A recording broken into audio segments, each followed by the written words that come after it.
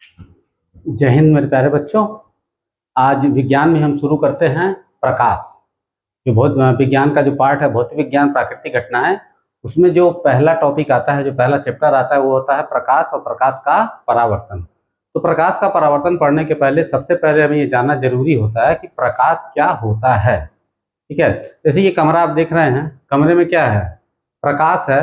तो हमको क्या और हमारी आंखों से दिखाई दे रहा है। तो प्रकाश एक प्रकार की ऊर्जा होती है जिससे हम क्या करते हैं, देखते हैं।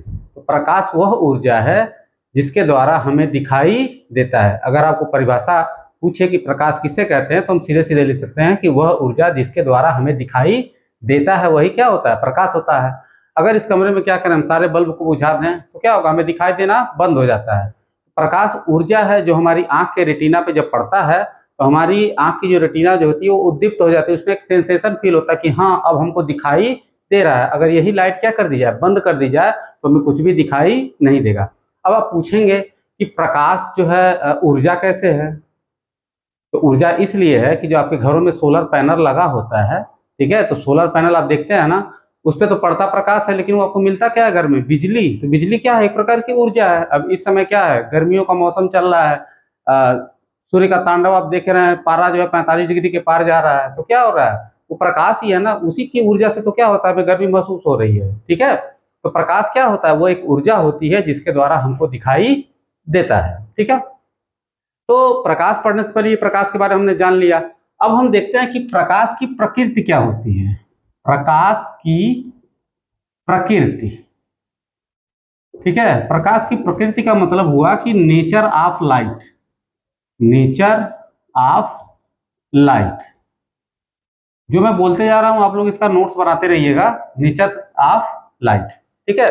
तो प्रकाश की प्रकृति के बारे में बहुत सारी अवधारणाएं थी। बहुत पहले से लोग प्रकाश के बारे में जानने की कोशिश कर रहे थे कि प्रकाश एक्चुअली होता क्या है। तो प्रकाश के बारे में जो सबसे पहला सिद्धांत आया, प्रकाश के बारे में बताया गया, प्रकाश एक क्या है, तरंग है। तरंग क्या होता है, जब किसी माध्यम में हम विक्षोभ उत्पन्न करते हैं, माध्यम में कोई डिस्टर्बेंस करते हैं, जैसे पानी है, तालाब है, तालाब में एक पत्थर उठाइए फेंकिए, तालाब में जब जाकर के पत्थर गिरता है तो क्या होता है, आप देखते हैं ना, ऐसे ऐसे लहरें उत्पन्न होती है, उसी को तरंग कहते हैं। कि किसी भी माध्यम में कोई डिस्टर्बेंस जब प्रोड्यूस होता है तो वही क्या होता है, तरंग होता है।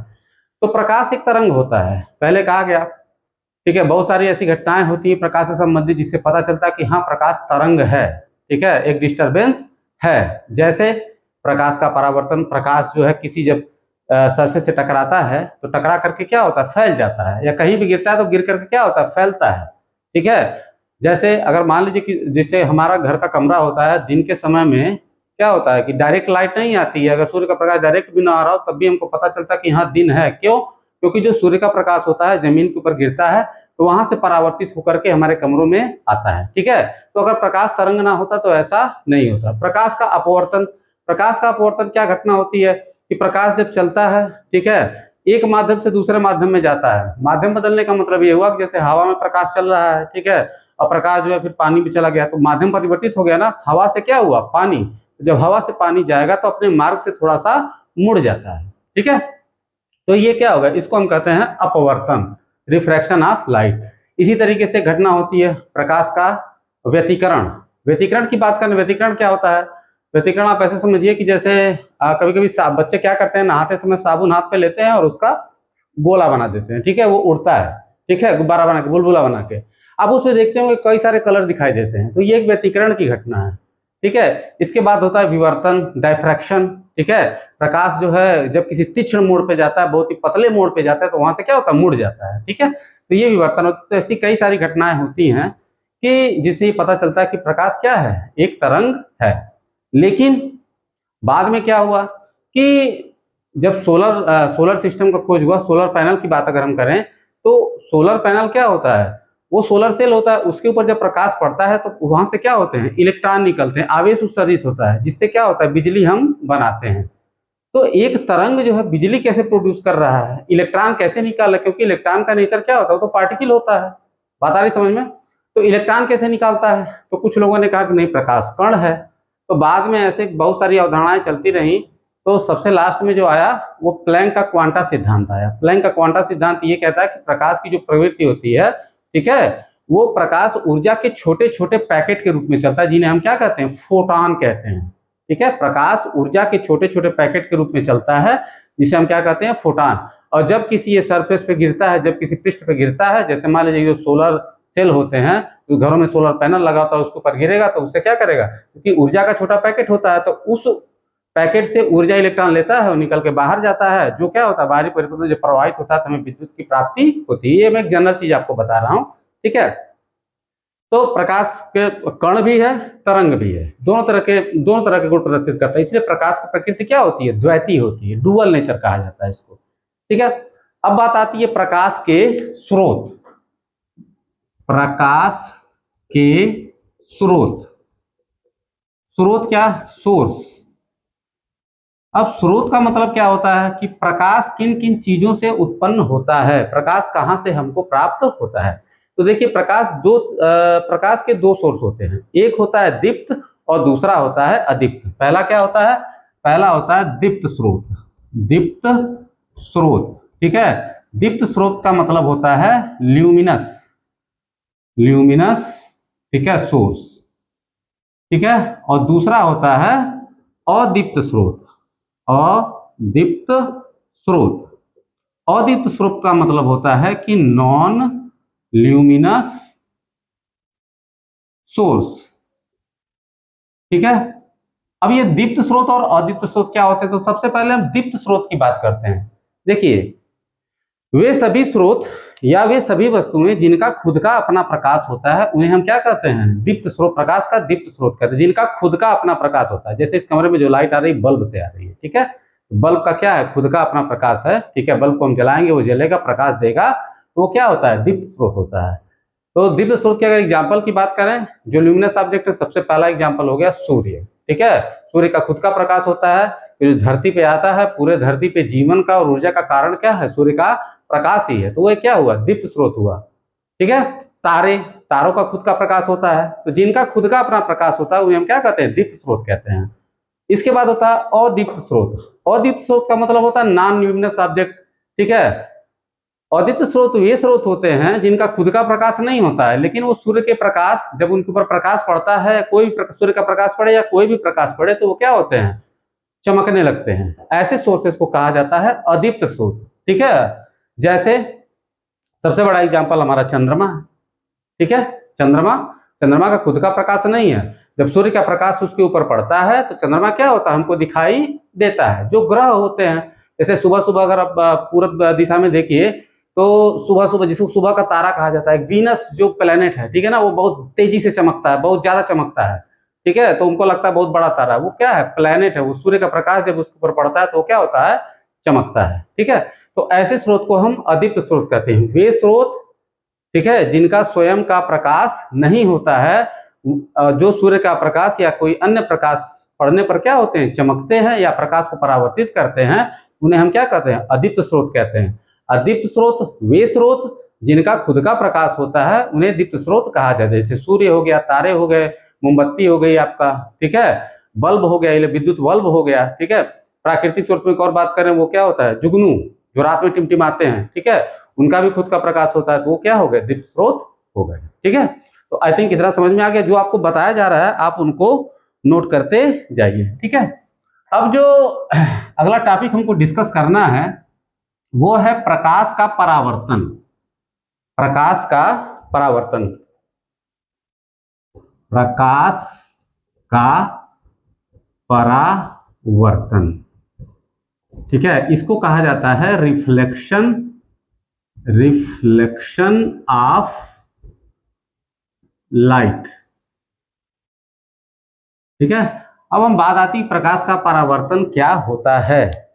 प्रकाश जब किसी पृष्ठ पे क्या होता है, पड़ता है, ठीक है, या किसी चिकने पृष्ठ पे पड़ता है, तो वहां से टकरा करके वापिस हो जाता है, ठीक है। इसी घटना को हम क्या कहते हैं, प्रकाश का परावर्तन कहते हैं। प्रकाश का किसी पृष्ठ से टकरा करके वापस उसी माध्यम में आ जाना, यही घटना क्या कहलाती है, प्रकाश का परावर्तन कहलाती है, ठीक है। जैसे कोई दर्पण है, ठीक है, दर्पण समझ रहे हैं, दर्पण जिसमें हम अपना चेहरा देखते हैं, ठीक है, वो क्या करता है, प्रकाश को परावर्तित करता है, तभी हमको अपना चेहरा उसके अंदर दिखाई देता है। अगर वो प्रकाश को परावर्तित न करे तो हमें जो है अपना चेहरा दर्पण में दिखाई नहीं देगा। ठीक है, तो प्रकाश का किसी तल से टकरा करके वापस उसी माध्यम में आ जाना, ठीक है, या वापस आ जाना क्या कहलाता है? प्रकाश का परावर्तन कहलाता है। ठीक है, अब प्रकाश के परावर्तन को समझने के लिए कुछ टर्मिनोलॉजी है, कुछ छोटे छोटे तथ्य हैं,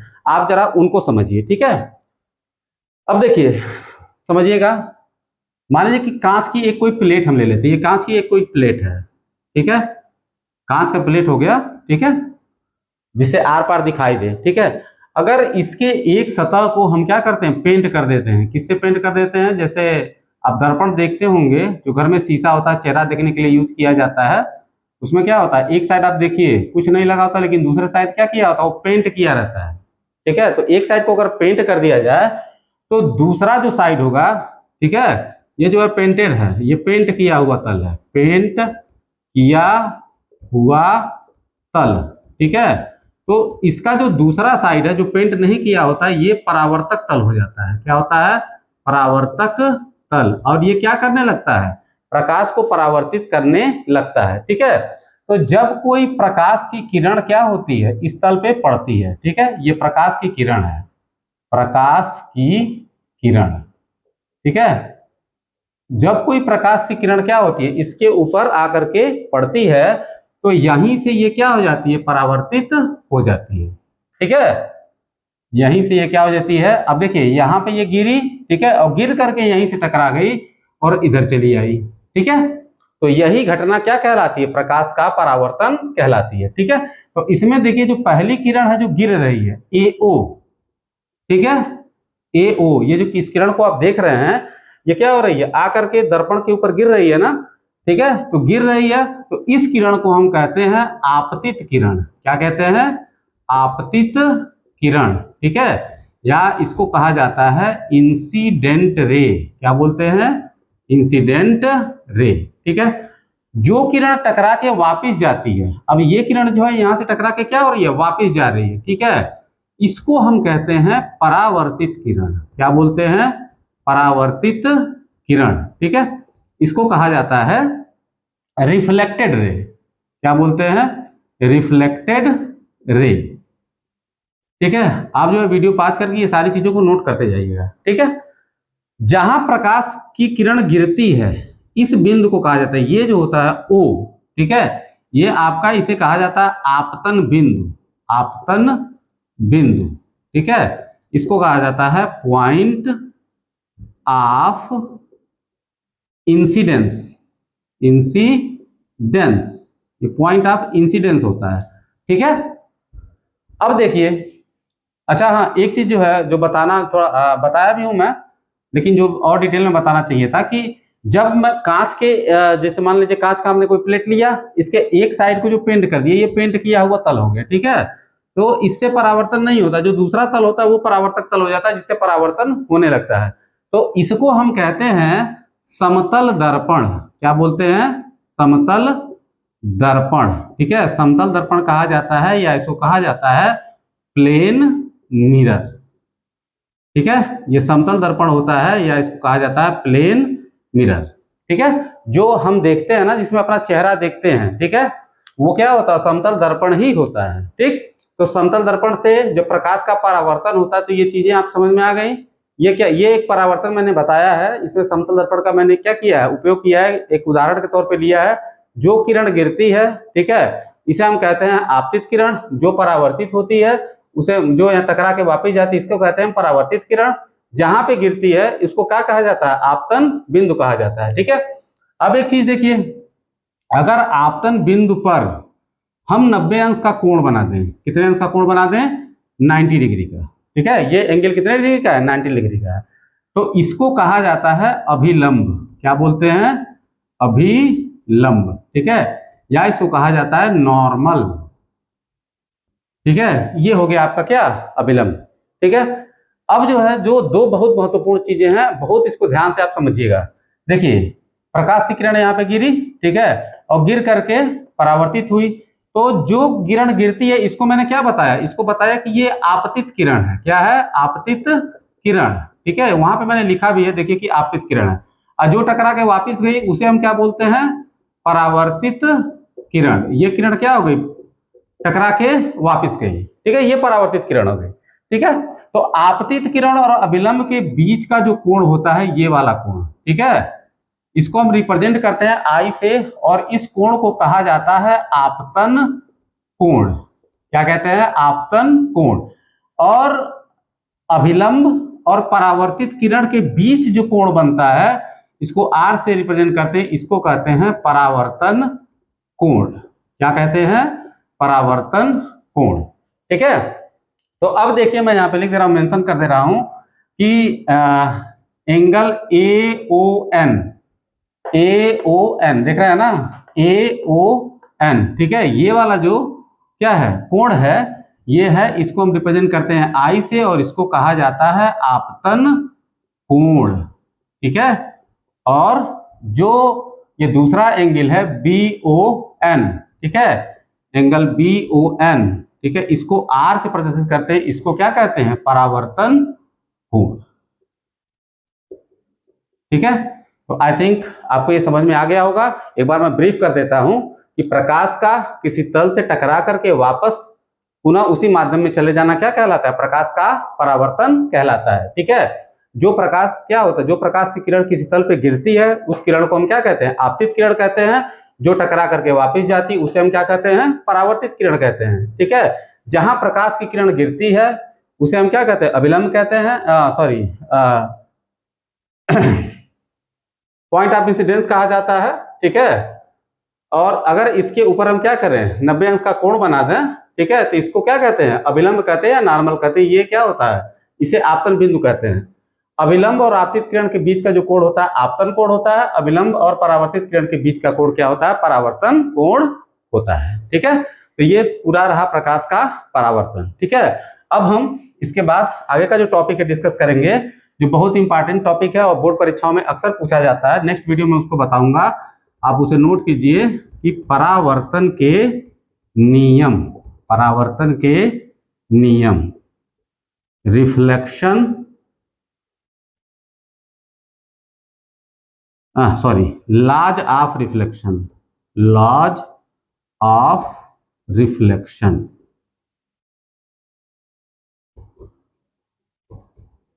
तो आप वीडियो को ध्यान से देखिए, नोट्स बनाइए, कॉपी पे लिखिए, ठीक है, याद करिए। कोई दिक्कत आती है तो आप जो है कमेंट बॉक्स में आप मुझसे पूछ सकते हैं। कमेंट बॉक्स में क्वेश्चन लिख दीजिए कि ये चीज हमको समझ में नहीं, वो मैं आपको फिर से क्या करूंगा, समझा दूंगा। और आप लोगों से निवेदन है कि ज्यादा से ज्यादा आप इसको क्या कीजिए, शेयर कीजिए, आप मुझे फॉलो कीजिए, ठीक है। और अगर आप लोगों का सपोर्ट रहा तो मैं और अच्छे वीडियो और बढ़िया तरीके से, अब ये क्या है, अभी संसाधनों की कमी है तो मैं आपको व्हाइट बोर्ड पे पढ़ा रहा हूँ, लेकिन अगर आप जो है मुझे और ज्यादा सपोर्ट करेंगे तो मैं क्या होगा, फिर एक डिजिटल बोर्ड लगवा सकता हूँ, जिससे क्या होगा, आपको समझने में और ज्यादा आसानी होगी, ठीक है। मैं निरंतर बेहतर कर रहा हूँ, बस आपको करना क्या है, बस मुझे क्या करना है, सब्सक्राइब करना है, ज्यादा से ज्यादा शेयर करना है, ज्यादा से ज्यादा लोगों को मेरे चैनल से जोड़ना है। बहुत बहुत धन्यवाद बच्चों, आप ही जो है एक शिक्षक के क्या होते हैं, ताकत होते हैं। धन्यवाद।